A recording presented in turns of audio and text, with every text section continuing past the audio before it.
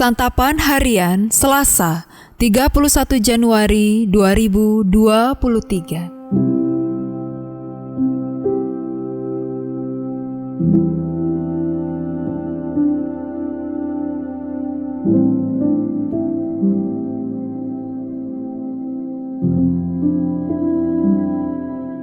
Inilah program Santapan Harian, sebuah program yang mengajak Anda menelusuri isi Alkitab, agar Anda menemukan makna firman Tuhan sesuai dengan konteksnya.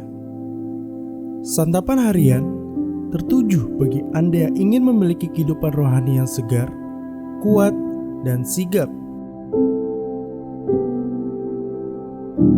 Hari ini kita akan membaca 2 Raja-Raja pasal yang ke-10, ayat yang pertama hingga ayatnya yang ke-17. Namun sebelumnya, mari kita berdoa. Kami bertelut, kami bersembah, dan kami berserah. Kami siap menerima sabda-Mu ya Allah. Di dalam kasih Putra-Mu Yesus Kristus, kami berteduh. Amin. 2 Raja-Raja 10 ayat 1-17. Ahab mempunyai 70 orang anak laki-laki di Samaria. Yehu menulis surat dan mengirimnya ke Samaria, kepada pembesar kota itu, kepada para tua-tua, dan kepada para pengasuh anak-anak Ahab. Bunyinya, sekarang, segera sesudah surat ini sampai kepadamu, kamu yang mempunyai anak-anak tuanmu di bawah pengawasanmu, lagi pula mempunyai kereta dan kuda, dan kota yang berkubu serta senjata, maka pilihlah seorang yang terbaik dan yang paling tepat dari antara anak-anak tuanmu, lalu dudukkanlah dia di atas tahta ayahnya, kemudian berperanglah membela keluarga tuanmu. Tetapi mereka sangat takut dan berkata, sedangkan kedua raja itu tidak dapat bertahan menghadapinya, bagaimana mungkin kita ini dapat bertahan? Sebab itu, kepala istana dan kepala kota, juga para tua-tua dan para pengasuh mengirim pesan kepada Yehu. Bunyinya, kami ini hamba-hambamu, dan segala yang kau katakan kepada kami akan kami lakukan. Kami tidak hendak mengangkat seseorang menjadi raja. Lakukanlah apa yang baik menurut pemandanganmu. Kemudian Yehu menulis surat untuk kedua kalinya kepada mereka. Bunyinya, jika kamu memihak kepadaku dan mau menurut perkataanku, ambillah kepala anak-anak tuanmu dan datanglah kepadaku besok kira-kira waktu ini ke Yizreel. Adapun ke-70 anak raja itu tinggal bersama-sama orang-orang besar di kota itu yang mendidik mereka. Tatkala surat itu sampai kepada mereka, mereka mengambil anak-anak raja itu, menyembelih ke-70 orang itu, menaruh kepala orang-orang itu ke dalam keranjang, dan mengirimkan semuanya kepada Yehu di Yizreel. Ketika suruhan datang memberitahukan kepadanya, telah dibawa orang kepala anak-anak raja itu. Berkatalah Yehu, susunlah semuanya menjadi 2 timbunan di depan pintu gerbang sampai pagi. Pada paginya keluarlah Yehu, berdirilah ia, lalu berkata kepada segenap orang banyak, kamu ini tidak bersalah. Memang akulah yang telah mengadakan persepakatan melawan tuanku dan telah membunuh dia. Tetapi semua orang ini, siapakah yang membunuh mereka? Ketahuilah sekarang bahwa firman Tuhan yang telah diucapkan Tuhan tentang keluarga Ahab, tidak ada yang tidak dipenuhi. Tuhan telah melakukan apa yang difirmankannya dengan perantaraan Elia, hambanya. Lalu Yehu membunuh semua orang yang masih tinggal dari keluarga Ahab yang di Yizreel, juga semua orang besarnya, orang-orang kepercayaannya, dan imam-imamnya. Tidak ada padanya seorang pun yang ditinggalkan Yehu hidup. Kemudian bangkitlah Yehu, pergi ke Samaria, di jalan dekat Bet-Eket, perkampungan para gembala, bertemulah ia dengan Sanak, saudara Ahazia, Raja Yehuda. Lalu ia bertanya, "Siapakah kamu ini?"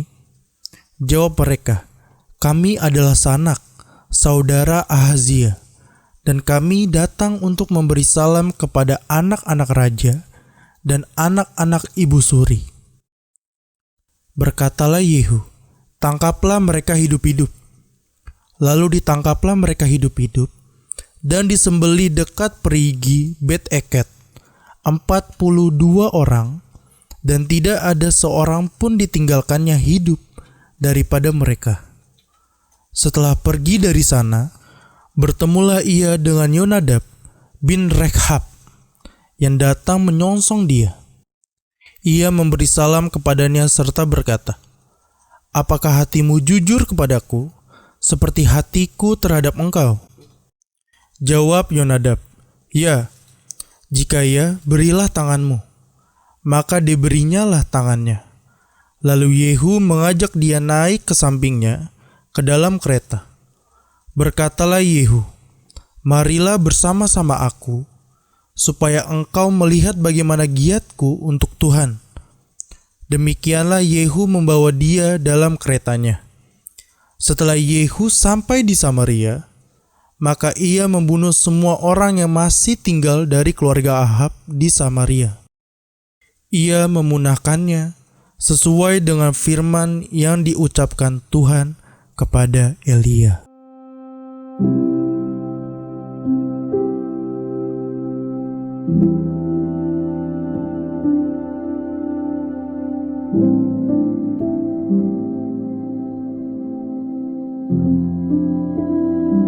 Sahabat santapan harian, marilah bersama-sama aku supaya engkau melihat bagaimana giatku untuk Tuhan.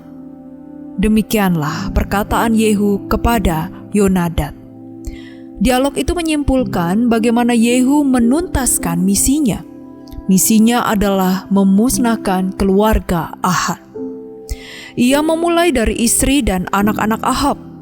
Lalu semua orang yang pernah menikmati keistimewaan pada masa Ahab sampai kepada kerabat jauh Ahab, yaitu Yoram yang adalah paman Ahazia yang datang dari Yehuda.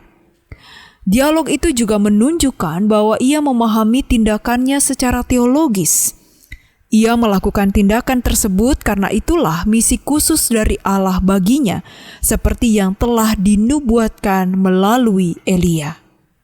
Sebagai umat perjanjian baru, kita perlu meneladan Yehu dalam bergiat menuntaskan misi khusus. Secara umum, misi orang percaya adalah memberitakan keselamatan di dalam Yesus Kristus. Orang percaya juga memiliki misi khusus untuk dikerjakan pada waktu dan tempat tertentu. Misi itu terkait dengan keunikan kita, seperti minat, talenta, kepribadian, jabatan yang diemban, dan keadaan lingkungan yang menyedihkan hati Allah. Misi khusus kita adalah mengubah keadaan sekitar kita menjadi yang Allah inginkan sesuai dengan keunikan pribadi kita. Allah menempatkan kita di sini dan kini untuk menghadirkan shalom, menciptakan kebaikan bersama, dan mewujudkan aspek-aspek kerajaan Allah. Allah ingin kita melakukan tindakan yang bersifat menyelamatkan, mendamaikan, memelihara kehidupan, menjaga keadilan dan kebenaran, menghibur, menyembuhkan, menuntun, serta menggembalakan. Itulah tindakan-tindakan yang mencerminkan Allah. Dengan demikian, dunia ini menjadi dunia yang tunduk kepada kerajaan Kristus. Kita harus menemukan misi khusus kita di sini dan pada masa kini. Kita harus mengenali keadaan apa saja yang menyedihkan hati Allah, baik di rumah, kampus, kantor, gereja, maupun masyarakat. Inilah yang akan menjadi alasan kita hidup dan berjuang. Inilah dasar untuk hidup bergiat bagi Tuhan. Mari kita berdoa. Tuhan, Tolong mampukan kami untuk selalu giat melakukan kehendak-Mu dan segala pekerjaan yang Engkau berikan kepada kami. Di dalam nama-Mu Yesus yang menguatkan kami. Amin.